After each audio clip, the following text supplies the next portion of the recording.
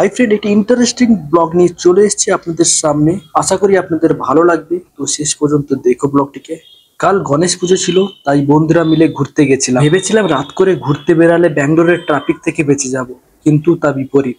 যত রাত বাড়ছে ততই ভিড় যেন আরো প্রবল ভাবে বেড়ে চলেছে। ফাইনালি যাওয়া যাক প্যান্ডেলের মধ্যে। তো দেখি প্যান্ডেলটা কিভাবে সেজে উঠেছে। প্যান্ডেলটিকে খুব সুন্দরভাবে সাজিয়েছে, কিন্তু একটা দুঃখের বিষয়, এত বড় লম্বা ব্যারিকেডের মধ্যে দিয়ে আমাদের ঠাকুর দর্শনের জন্য যেতে হবে। আর একজনের অবস্থা দেখো, উনি আবার এত বড় ব্যারিকেডের মধ্যে দিয়ে যেতে পারেন না, তাই জন্য শর্টকাট রাস্তা অবলম্বন করছে। তো রাত এখন কটা বাজে? রাত এখন 1টা বাজে। এতটাই ভিড় ছিল যে কখন ঠাকুর দেখতে দেখতে রাত 1টা বেজে গেছে আমরা বুঝতেই পারিনি। তো বন্ধুরা, এটাই সেই প্যান্ডেল যেটা আমাকে সব থেকে বেশি ভালো লেগেছে। তো আপনাদেরও কেমন লেগেছে এই প্যান্ডেলটি দেখার পর একটিবার কমেন্টে জানিয়ে দিও। এখানকার পুজো কমিটি প্যান্ডেলটিকে খুব সুন্দরভাবে ডেকোরেশন করেছে, এটা আপনারাও দেখতে পাচ্ছেন এই ভিডিওর মাধ্যমে। বন্ধু, যতগুলো প্যান্ডেল দেখেছি এটাই সেরা, তার মধ্যে এটাই সব থেকে সেরা প্যান্ডেল। তো দেখি সামনে আরো কি কি রেখেছে আমাদের জন্য। তো বন্ধুরা, এই ব্লগের মাধ্যমে গণপতি বাপ্পার দর্শন হয়ে থাকলে আপনারা একটিবার কমেন্টে জয় গণপতি বাপ্পা মরিয়া কমেন্টে লিখে দিও। তো বন্ধুরা, এটা আরেকটি পূজা মণ্ডপ, এটাও খুবই খুবই ভালোভাবে ডেকোরেশন করেছে। তো বন্ধুরা, আমার ব্লগের মাধ্যমে কোন প্যান্ডেলটি আপনার সব থেকে সেরা লেগেছে ওটি একটিবার কমেন্টে বলে দিও। আর আমি আমার বন্ধুদের কাছ থেকেও রিভিউ নেব, তাদের কোন প্যান্ডেলটা সব থেকে ভালো লেগেছে। যখন অনেকদিন পর একসাথে সব বন্ধু মিলে যখন ঘুরতে বেরাই, আজকের দিনটা আমরা খুবই খুবই আনন্দের সাথে এনজয় করছি। প্যান্ডেলে ঘুরতে এসে আমার কিছু বন্ধুর রিয়াকশন ঠিক এমন, যেমনটা আপনারা ক্যামেরার মাধ্যমে দেখতে পাচ্ছেন। ইনি আমার এক বন্ধু, হয়তো কাউকে এখানে খুব পছন্দ হয়েছে, ওকে পাত্তা দেয়নি। এনার কথা বাদ দাও।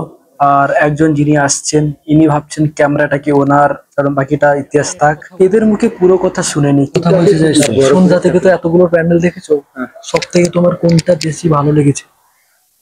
এই যে আছে না, এসএস লেআউট। আচ্ছা, আর এটাকে কত নম্বর দিতে চাও তুমি? এটাতে আমি অনেক নম্বর দিয়েছি, যদি আমার এন্ডেভারটা দেওয়া হয়। এটা ফার্স্ট তাহলে এই যে কথাটা বললাম, তাহলে 100 টাকা ফোন পে করে নাও। কন্টেন্ট জানি আপনার কেমন লেগেছে। এতগুলো প্যান্ডেলের মধ্যে সব থেকে বেস্ট প্যান্ডেল কোনটা হয়েছে? এসএস লেআউট, আচ্ছা, তারপরে বেলুনদার, আচ্ছা। তারপর বিএম লেআউট। সবার থেকে তো আমি রিভিউ নিয়ে নিয়েছি। একে তো সবাই চেনো, আগে আমার ব্লগে দেখেছে। এ হচ্ছে গণেশ, মানে আজকে হচ্ছে গণেশ চতুর্থী, যেটা গণেশ পুজো। আমি বলছি গণেশ পুজোতে গণেশের কাছ থেকে জেনে নেব কোন প্যান্ডেলটা সব থেকে সেরা লেগেছে। আমি নিজেই আজকে অনাহারে আছি। কেন কেন? কেউ খেতে দেয়নি। কি খেতে দেয়নি? বাবা, এই গণেশ পুজো ছিল, তো তোমার নামও গণেশ, আর আজকে ছিল পুজো গণেশ। তো গণেশ পুজো সারাদিন অনেক প্যান্ডেল দেখেছো, তো প্যান্ডেল দেখার পর সব থেকে বেস্ট কোন প্যান্ডেলটা তোমার লেগেছে? বেস্ট কি বলবো জানি না। গণেশ এতগুলো প্যান্ডেল দেখেছে, কনফিউজ হয়ে গেছে কোনটাকে ভালো বলবে আর কোনটাকে খারাপ বলবে। কেন আজকের দিনে তো কাকে ভালো খারাপ বলে দেখা যায় না, তো সেই জন্য তার কাছে কোনো জবাব নেই। সবই ভালো, নাহলে সবই খারাপ। আমার কাছে সবই ভালো লেগেছে। পুজো প্যান্ডেলে ঠাকুর দেখা শেষ করে সোজা চলে এলাম ওপিসি। উড়িষ্যা পূজা কমিটি গণেশ পূজা উপলক্ষে একটি স্টার সন্ধ্যার প্রোগ্রাম আয়োজিত করেছে, এটা দেখার জন্য চলে এসেছি। আর এখানে এসে দেখি প্রচুর লোকের ভিড়। তো আপনারাও প্রোগ্রাম দেখতে থাকুন, সাথে আমিও দেখতে থাকি সেম প্রোগ্রাম।